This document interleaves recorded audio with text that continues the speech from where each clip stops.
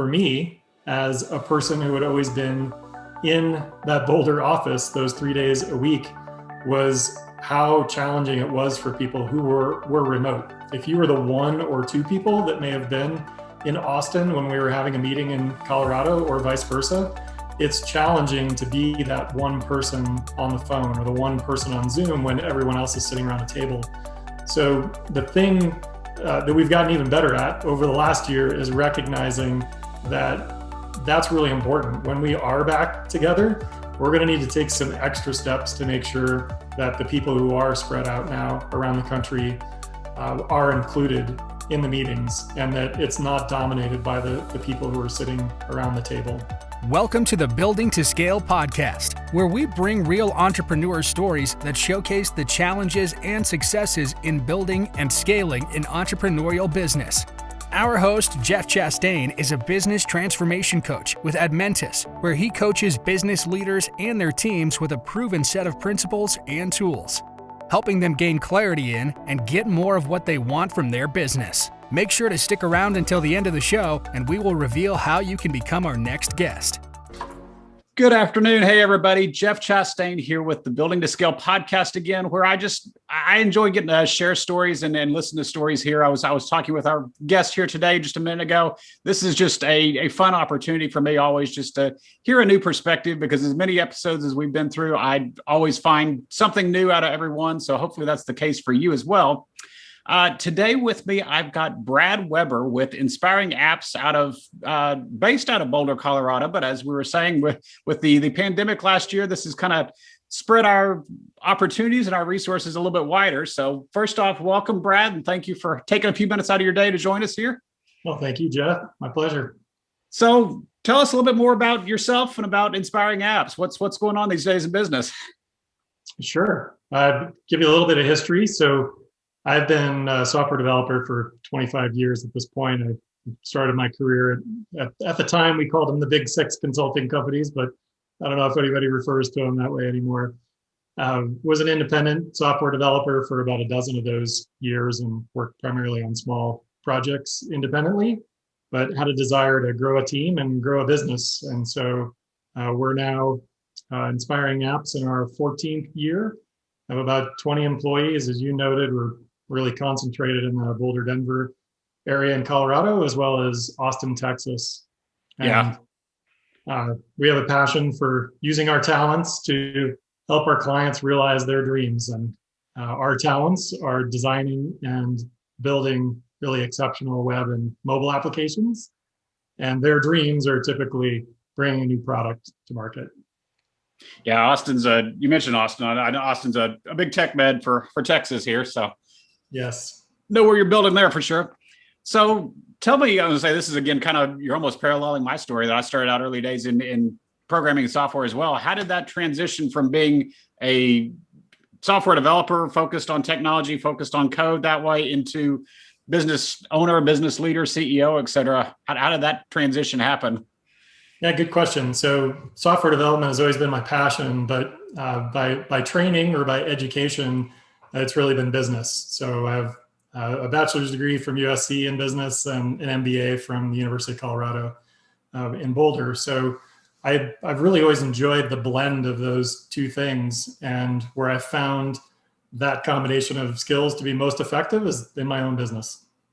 Yeah, it's rare, again, being from the technology realm, it's kind of rare being able to find those tech people that can still talk business, that can talk to the customer from a business standpoint, because the stereotypical is hiding down in the dark room and with all the lights off and the stereo monitors. And it's like, we don't deal with customers. We don't talk to people, kind of a thing. We deal in code. So yeah, that was kind of always where I found my success as well, is being able to talk to customers, actually pull out real requirements and figure out, okay, what do you really need? Not just bits and bytes. Right. So tell me a little bit more about what is Inspiring Apps in terms of how did you come up with the business? How did you define it? What's the uniqueness about Inspiring Apps that honestly these days it seems like everybody in the world's got an app. So what's unique, or what was like, hey, we can do this better or differently for you? Sure. Well, the business itself just evolved naturally from what I was doing on my own. At the time, I did pair up with, at the time of founding it, I paired up with a technical co-founder, more technical than I even. And we couldn't even foresee what we're doing now, which is building mobile apps, because it was 2007 and the iPhone was just being introduced. So it was a bit fortuitous, a bit fortunate, good timing, I guess. But prior to founding Inspiring Apps, I was doing desktop and mobile applications, and really within a year, it was almost entirely mobile with some web, and that's balanced out now over the last decade. People care about web applications again, or still, but boy, there was a period there where, like you said, everybody has a mobile app, and so we were in a good position to help companies bring those to market, much in the way that they did in the 90s, where everybody needed a website. Yeah, that's interesting, because that's really one of the fun things, fun and challenges both with technology, is that it's constantly shifting and constantly changing like that. And we see that even from a business standpoint, and you're already talking about it, is okay, how you went from web to mobile, and then now back to somewhat web. When you're running at this from a business owner perspective, what are you looking at on the horizon out there to say, hey, there's a shift, there's a change, a pivot coming that we need to be able to adjust for? Well, there's, as you're familiar with from the industry, there's so many changes and new technologies that it's impossible of a company really of any size to keep up with that. And certainly one of our size is not going to do that. So we have to pick our limited number of horses and stick with those. And really we see more integrated apps with hardware. That's certainly been a craze. You may have heard the term Internet of Things, which has been popular over the last few years. We've been doing more work with that. So building apps that support some sort of smart product, an appliance in your home, might be lighting. We've worked with wheelchair companies to integrate with their hardware. It's been quite a wide variety there. But for us, I wouldn't necessarily call them late adopters, but the people early into the mobile app space were, for us, a lot of small businesses rather. So perhaps some of the people listening to this podcast who wanted to create an app and build a business around it, and they were quick to jump in. And so we had a lot of experience early on working with smaller customers, but that's shifted for us over the past probably 3 to 5 years. There's been much more activity with large enterprises who have the same dream. They want to bring a product to market to benefit their organization, but they've had the benefit of a market leadership position and more time to think about what it is that's really going to be effective for them. And now we're working with a lot of those large enterprises, particularly in financial services, to help them compete in that space. Take what's already making them strong, whether it be data or something else in their offering, and bringing that to a mobile platform or a web platform in a way that they haven't been able to do before.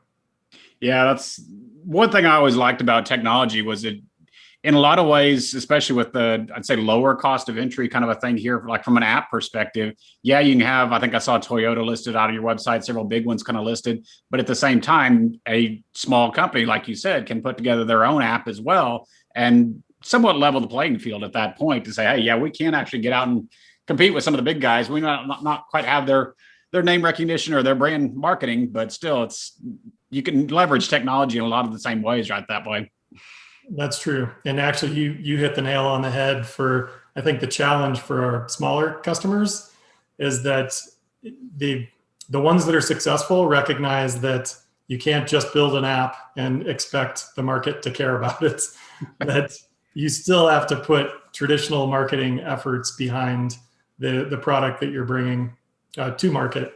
And so in much the same way that you hear a theme at graduation ceremonies saying, you didn't just finish high school, you're really starting college, or you didn't just finish college, you're starting your career.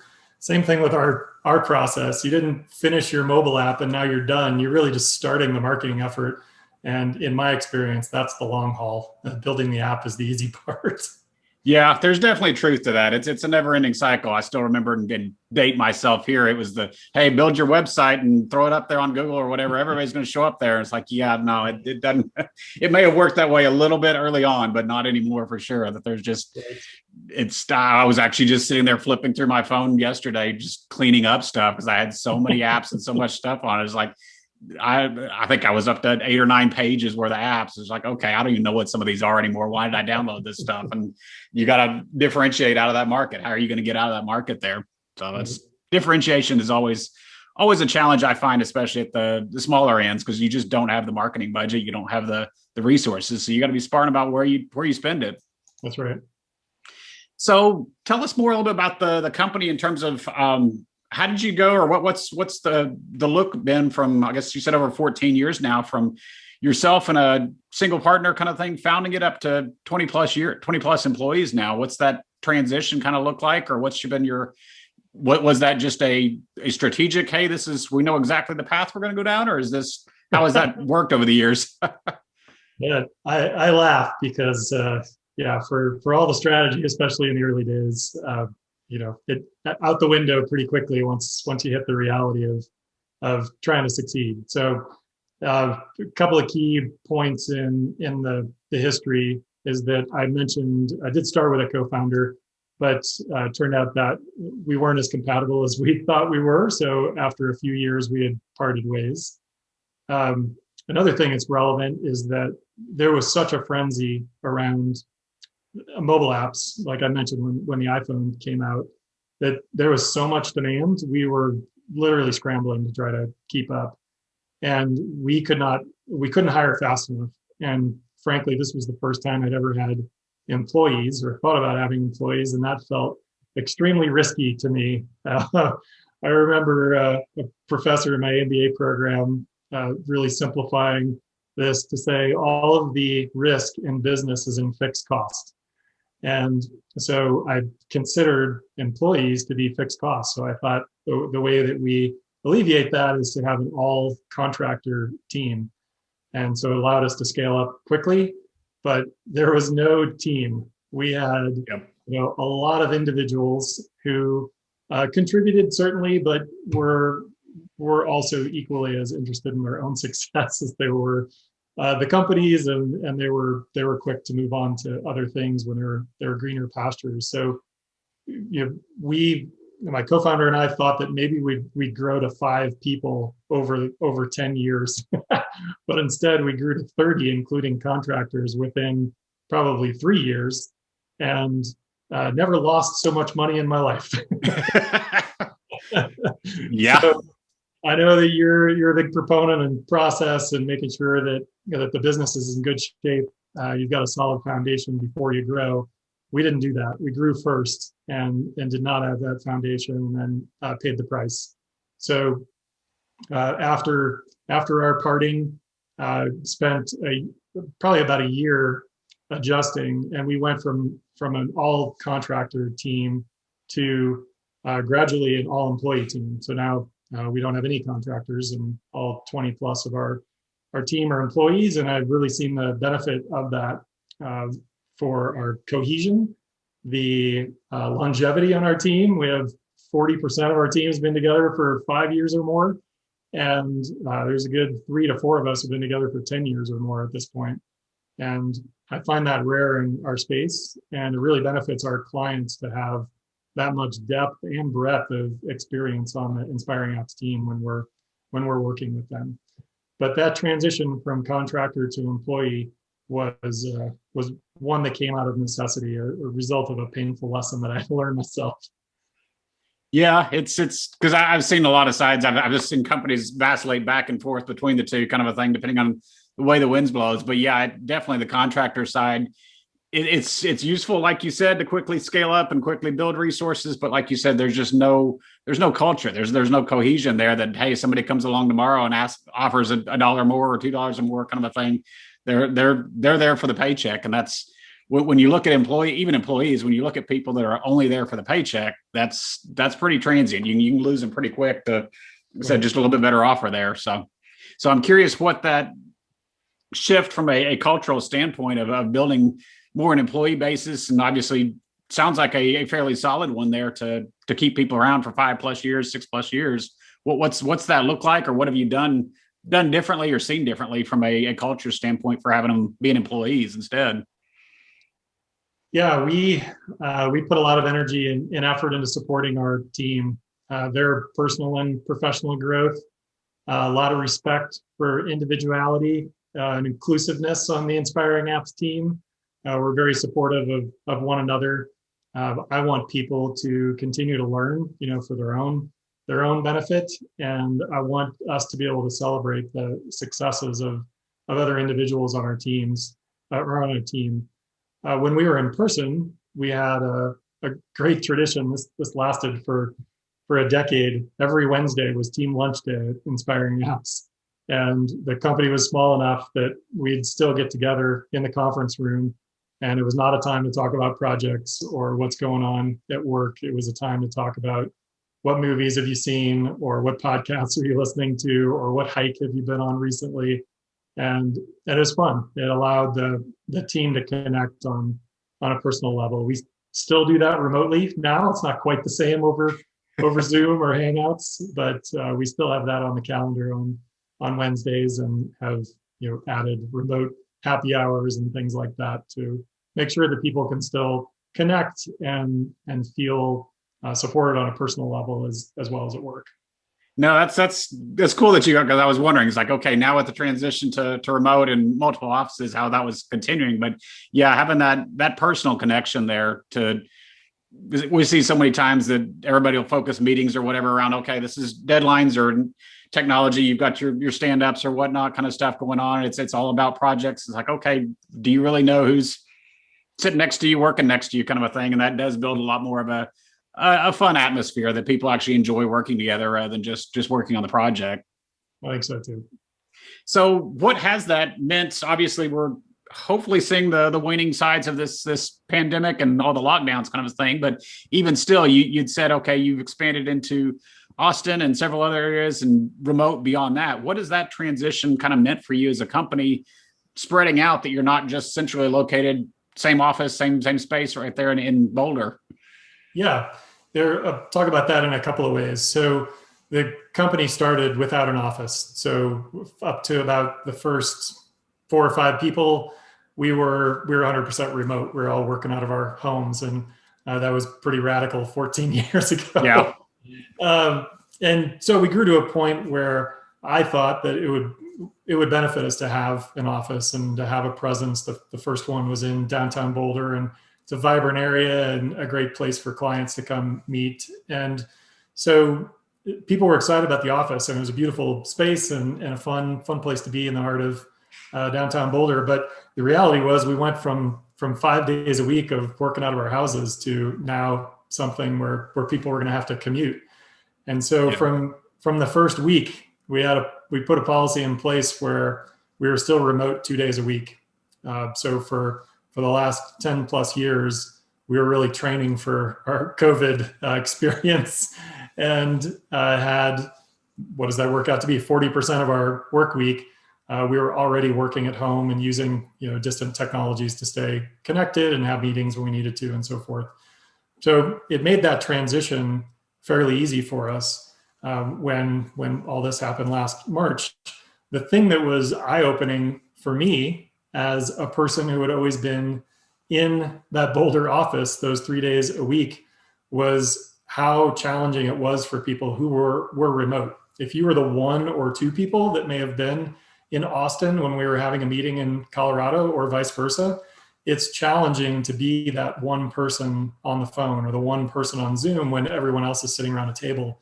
So the thing that we've gotten even better at over the last year is recognizing that that's really important. When we are back together, we're going to need to take some extra steps to make sure that the people who are spread out now around the country are included in the meetings, and that it's not dominated by the people who are sitting around the table. So that's something that we're going to take forward. Presumably this summer or this fall, sometime we'll be back in conference rooms together again. And when we do, we need to be cognizant of that.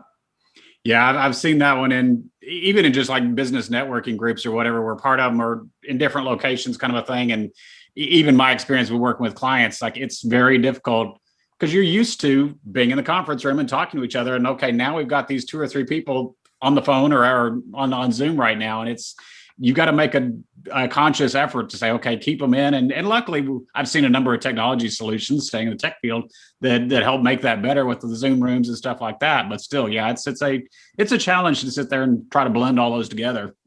Yeah, things like digital whiteboards, for instance, really help. So when everyone else is in the conference room scribbling on a real whiteboard, and you're just turning the camera, it's almost impossible to see on your laptop remotely. So technology like that is really helpful to keep people included. Yep, yep. So what's been your experience in terms of having, because I was say, I think we were talking beforehand, you've gone beyond just Austin. So we're talking individual contributors around the country now. What's been challenges there with having just a remote workforce now in terms of even still not just the day-to-day meetings, but managing a team or anything like that remote? How has that worked, or what have you seen differently for a local team versus a remote team, just from a management perspective? Yeah, I think the thing that's most new for us is the fact that we've got so many states where we have a presence now. And really the legality around that is not something that I was expert in. I'm still not an expert in, but in much the same way that it was easy to add a second, a third, a fourth, a fifth employee after I took the leap and added the first one, it's now been easier to add the second, third, fourth, fifth state to support the employees that we're hiring. So it would simplify things for our small company if we could hire in kind of concentrated areas, so states where we already have a presence. But I'm not going to let that deter me from bringing in the right person, even if it means that we're adding more states to our roster, and we'll figure out how to get past that. The more important part is the other part of your question, which is how do we manage this distributed team?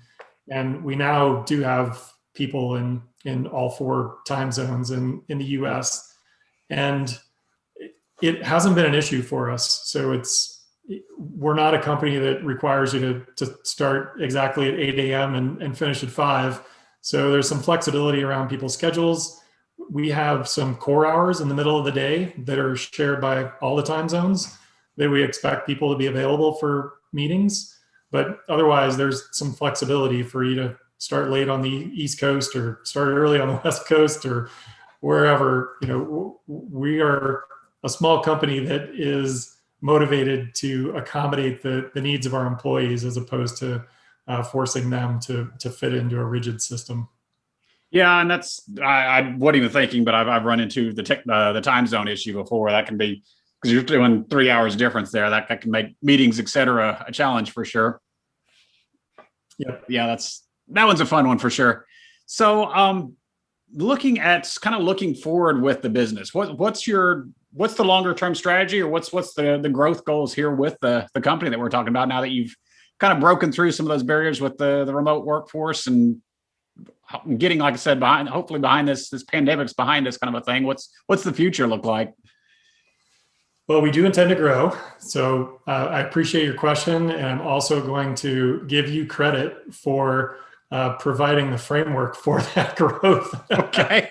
It was my experience. I had planned growth for this year anyway, but not yet found the right framework for us. And really through your work introducing me to your podcast and the EOS process, that I've picked up traction, and my leadership team is going through that. And so we are planning for this year, 3 years out, 5 years out, what that growth is going to look like. But short term for us, as I mentioned, we're a little over 20 employees. We have 2 starting today, which is exciting, and hoping to grow to, I should say, planning to grow, not just hoping. Yep. To probably 25 to 30 employees is what it'll take to sustain the growth or support the growth that we want over the next 12 to 18 months. Yeah. And that's really, to me, the biggest key is, okay, this is a plan. This is not building a business on hope. And yeah, what we wish was going to happen tomorrow is you probably figured it out by now. That's risky at the least bit kind of thing there, because it's, especially like I said, in technology, winds blow back and forth. It's like, okay, if we're trying to adapt to whatever's going to be today, then it turns into the tail wagging the dog kind of a thing, that there's just no plan, there's no strategy going forward with the company. And it really detrimental to the long-term success there. So yeah, EOS is one of the systems I work with, and it's a great system for building that initial framework, building that strategy, that longer term vision right there. Because if you can have that vision and say, hey, yes, this is what we're working towards, it really goes back and strengthens that culture that much more, because now you've got what you were talking about people knowing each other, but now you've got people working towards a common vision rather than everybody out picking their own projects, picking, hey, this is the most fun thing right now, or this is what I enjoy doing most, rather than saying, okay, what's going to contribute towards the company's direction the most right now. Right. So yeah, I'll be curious to hear what you learn, or what you come away with from Traction there. Yeah. So look me up for the Where Are They Now episode 2 years from now. yeah, for sure. So looking at that, then kind of what's your perspective, I guess, from a business perspective, really looking forward, kind of what we were talking about there, but in terms of, I guess I'm trying to figure out how to ask this, or from a structural standpoint, are you still kind of bought into what you've got right now in terms of the remote workforce and being able to continue to build that out? Or are you looking at potentially bringing that back in? What's the vision right there from just a team building kind of perspective? Are you looking to make any changes? Or are you thinking this is kind of going to be the new way of the future, really, for everybody? It's obviously been this way for tech for a while, but from across the perspective, because I see a lot of businesses that are kind of figuring out, hey, remote work is kind of working, but I'm still curious to see what the 6 month or the year down the road is going to look like. Are people going to start pulling back? Or are they going to keep embracing this? Right.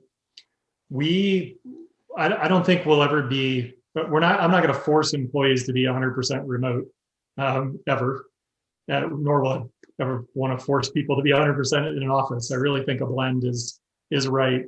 And there may be some employees who either enjoy being remote, and we need to continue to accommodate that, or it's really not practical. They might be one person in a city or in a location. It doesn't matter whether they're in their house or they're in an office. So it doesn't make sense to add office space to our list for that. But in cities where we have concentration, we've found, so during the pandemic, we let our lease go for the office that we had exclusive control over, and have moved into a co-working kind of model. And we picked a co-working space or a co-working company that has locations in many of the places where we have employees. And so I like that for the flexibility. And in markets like Austin and Boulder, where we have greater concentrations, then we'll get reserved office space in those places, both for our employees and for clients to come meet with us in those space. There is real value still to being able to be face-to-face in front of a whiteboard with both coworkers and clients, but we don't need those all over the country, and we don't need one big office in one particular location. I really think this model of having smaller meeting places in lots of cities around the country is a good fit for us now. No, it makes sense. So I'm curious whether you've run into, because like I said, I've been working remote with different teams, different companies for probably 15 plus years now. And there's definite differences in personalities that some people really crave and really need the over the cube wall or the next door office kind of thing to talk to people and socialize. Whereas the stereotypical tech on the other end, we're just be in my dark room kind of a thing here, and I'm perfectly fine. Have you run into any kind of challenges really blending those two together? Or I don't think we have any of the dark room kind of mushroom developers that inspiring apps. It's one of the things that is important to me, important to our team when we're hiring, is that you don't have to be overly gregarious gregarious rather, in your interactions with others, but you need to be comfortable interacting with other humans. Can't all be code. So even on that scale, though, there are different grades of desire to be interactive, and the same person may want more of that sometime than others. So, when I was coding and really concentrating on things, there'd be hours where I wouldn't want to be disturbed because I had to focus. But as soon as that's done, I can't wait to talk to somebody else about the weekend or whatever it is that they're working on. So comes in phases, and I think the model that we have set up now will accommodate people's needs. So if they just want to come in the office 1 day a week, 2 days a week, that should be fine. Yeah, no, that's kind of what my guess is going to be, is to see more blended kind of spaces like that, the co-working space or the shared space like that, where it doesn't have to be everybody, but there is space that some people can come in or some people can get together. It'll just be, again, maximizing the other challenges we were talking about some people in the office and not for doing meetings and such like that. So it'll always bring its own challenges for sure. Yep. So I always like kind of wrapping up towards the end here and just kind of look back here over the last 14 years or something and say, hey, if there was one or two kind of lessons learned, to say, hey, if there was something I had just tried earlier, done earlier, figured out earlier, et cetera, life might have been a whole lot easier. Does anything come to mind for you right off? I really enjoyed, I wouldn't make any changes because the risk is I would end up in a worse spot than I am today. So I'll take all the bruises for, ultimately what I consider to be a success at this point. But I think I had the benefit of really a great team that I work with and a good reputation in the market that brought us enough referral work that we've been happy and busy for all these years, and really enjoyed what we're working on. And I've been fortunate to work on some really large projects for big companies that, a company of our size doesn't seem like they might be capable of. But I feel like I kind of got lulled into this false sense of security with that steady flow of work, that there wasn't enough process in place. There wasn't enough structure in place. And frankly, to be where we are 14 years in, to just now be looking at something like EOS is a little embarrassing.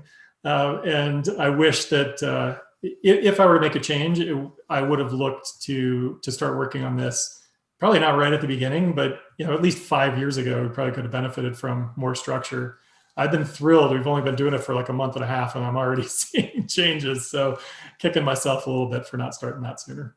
No, and honestly, as I say, you're not unique or alone. Unfortunately, you're not unique in that standpoint. But no, that's really what I look at with a lot of companies is, honestly, they succeed in spite of themselves. That willpower and enough effort, enough hours, et cetera, can propel you quite a ways. But at the same time, it's one of those. I was actually reviewing an earlier podcast earlier today where the lady was saying, yeah, if her background was, she grew up working on a farm kind of a thing, and everything was tied into how many hours you work harder on the farm, you get further along. And it's like, but from an entrepreneurial standpoint, if you're still following that mindset, you're pretty much doing it wrong. That, okay, we should be working less, more efficiently to get more at that point, kind of a thing. And technology does help us in that way. But yeah, that's really where a lot of people kind of start looking at, hey, there are systems, there are coaches, there are experts out there, and different ways. Because honestly, I actually meant to ask you earlier, and we didn't really get into it, but your phrasing of having an MBA background, it's like so many people I talk to with an MBA or with the business background, it's like it was very theoretical. Whereas now that I'm actually doing it myself, now that I'm in business, okay, well, this doesn't necessarily apply anymore. Or how do I solve this one case? Right. And having those systems and the processes and things like that can make a huge difference for sure. Right. And that's really what makes me so optimistic about our future, is that we have been successful for so long, like you said, in spite of ourselves, that now with some framework around that, I just can't wait to see what our team can do to grow to the next level. Yeah, especially, like I said, we were early on, 14 plus years in any business these days, but especially small entrepreneurial kind of businesses, that's a lifetime right there. So it sounds like you guys are doing great. And like I said, I will be interested to see what it looks like here in another year or two. Thank you. So kind of wrap back up real quick here. If people are interested more in mobile apps or interested in inspiring apps, where's the best way for them to go find some more information or talk to you and figure out some more? Yeah, check out our website at inspiringapps.com. There's a very short form you can fill out to get in touch with us, and that doesn't go through a lot of bureaucracy. That ends up to me. So I'm happy to talk to anybody about their plans, big companies, large, small companies. So fill out the form. We'll set up a time to talk, and happy to hear what you're thinking about for mobile or web apps for your business. Yeah, I've checked out the website and got a nice clientele list there. It looks real nice. So looking forward to hearing more with it, and wanted to say thank you again for taking a few minutes out of your time then. Great. Thanks, Jeff. Thank you. Thanks for listening to this episode of the Building to Scale podcast. If you would like to share your entrepreneurial business growth story, please visit buildingtoscale.com/guest. If you got something out of this interview, would you do both us and our guest a favor and share it on your social media accounts? Don't forget to hit subscribe in your player so that you don't miss any future episodes, and make sure to reach out to Jeff Chastain on any of the major social media networks, or check us out at admentis.com.